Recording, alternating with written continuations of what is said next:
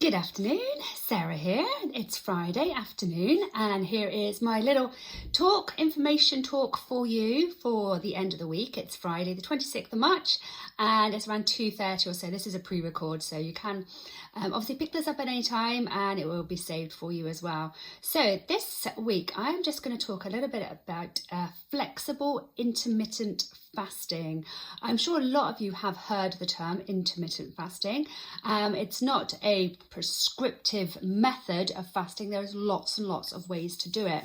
And I'm going to talk through 3 of the ways that you can do flexible intermittent fasting. So you can change the plan to suit you or to follow a program. So you can do 1, 2, 3. One after the other as well. Information that I've got this from is from a chap called Dr. Will Cole, and his book is called Intuitive Fasting. So if you are interested in looking more into it, then grab yourself a copy. It's always good to read up on a topic, especially if it does interest you. And I do know a lot of my clients do or have done intermittent fasting in the past, and it has worked really well for them. And I believe as well, my brother, he is very much into intermittent fasting and has seen a lot of benefits from that.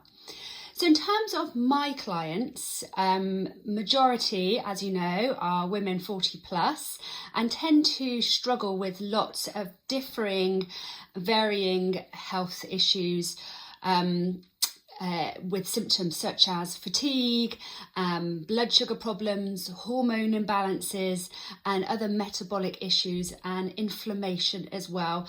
And that comes from a whole course of things, from lifetime of bad nutrition, maybe being inactive, sedentary job, stress.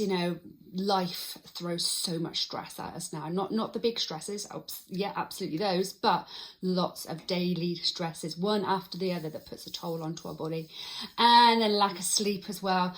So this is just to name a few of the issues that we have now, and with maybe diagnosed health conditions, and these conditions as well that play out in physical forms, then it is a lot to deal with. But what we can do is really control and sort of reset our bodies when it comes to nutrition. And doing intermittent fasting is a great way to do this, especially if you struggle with things like have that dip in the afternoon when you feel like, oh, I'm so tired. And the only way that that you're going to overcome this is to have a really high sugary snack. And then sometimes as well, it might be that you've had a meal, but you still feel hungry after it. So this means that sort of hormones are out of whack. Your body's not responding well to the hormones that have been thrown around your body at that time. So we need to sort of address this, and fasting is one way to do this. So it sounds like some of the signals in your body have gone a bit haywire, as I said, and sending you the wrong messages. So, yeah. So how do we take back control from this and regain flexibility? And there's something called metabolic flexibility, which is our bodies to adapt and use whatever fuel is available. Okay, so instead of fueling our body all the time with 3 meals a day and maybe numerous snacks and snacking at night, we are introducing something which is flexible fasting, where we use the fuel in our body already. And I think you guys know that already, is that if you're not fueling your body with food, where is your body finding that fuel? And it's in the format of fat and sugar in your body already. So think of flexible intermittent fasting as a bit like a yoga class or a Pilates class for your metabolism. This ebbing and flowing between various fasting windows is akin to stretching and strengthening your body. So very much like yoga or Pilates or something like that. So the format is designed to stretch and strengthen your metabolism and keep you feeling good all day long and saying goodbye to those nagging cravings.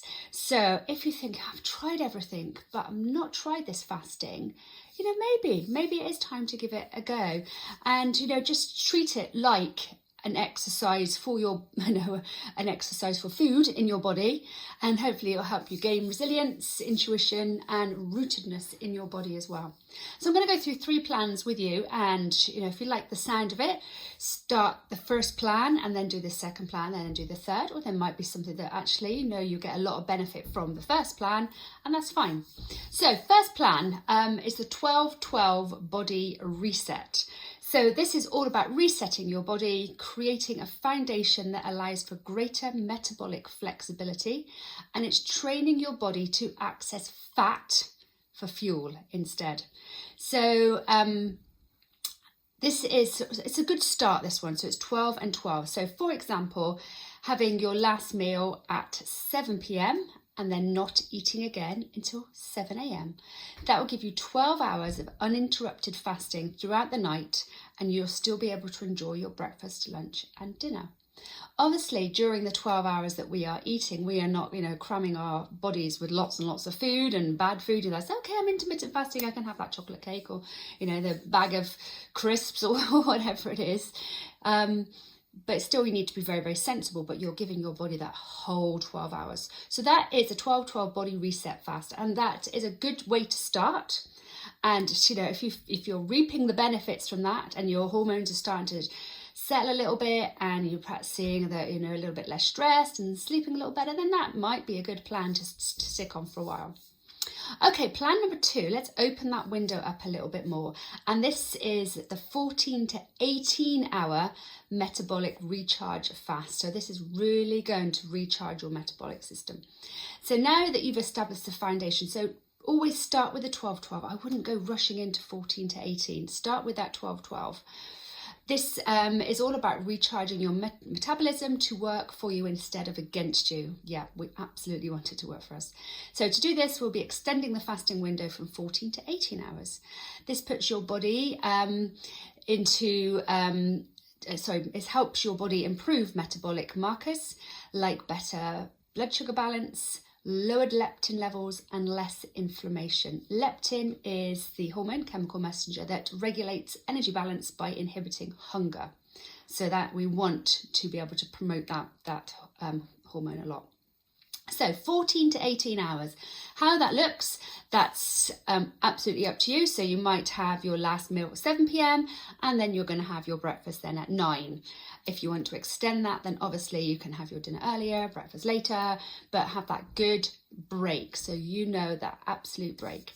And this can be done every day. So you can do this every day for a week. I wouldn't suggest you doing it for the rest of your life, but every day. And of course, in that window where we are eating, being really, really careful. Don't cut your calories. Don't cut a food group, but just be really, really mindful of what you are eating in that time.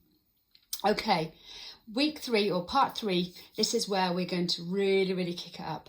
So this is the 20 to 22 hour cellular renewal fast.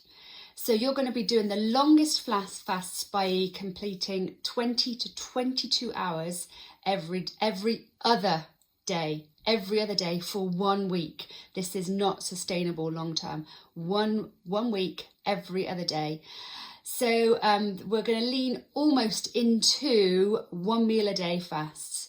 But you're going to have lots of benefits. It's going to support your cellular repair, stem cell activation and other longevity pathways.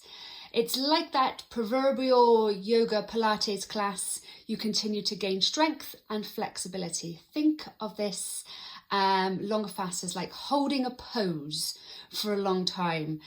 Whatever it is, your warrior 2 pose or your calf stretch pose, or just holding a pose, gaining inner stillness and resilience while doing that.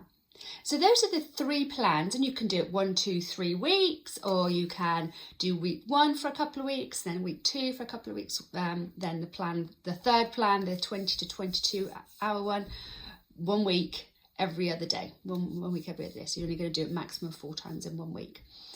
Okay, and then you can sort of repeat the process, or if you find that one of those plans works really well for you, then stick with it. Just see how you are. Don't forget, we are all different.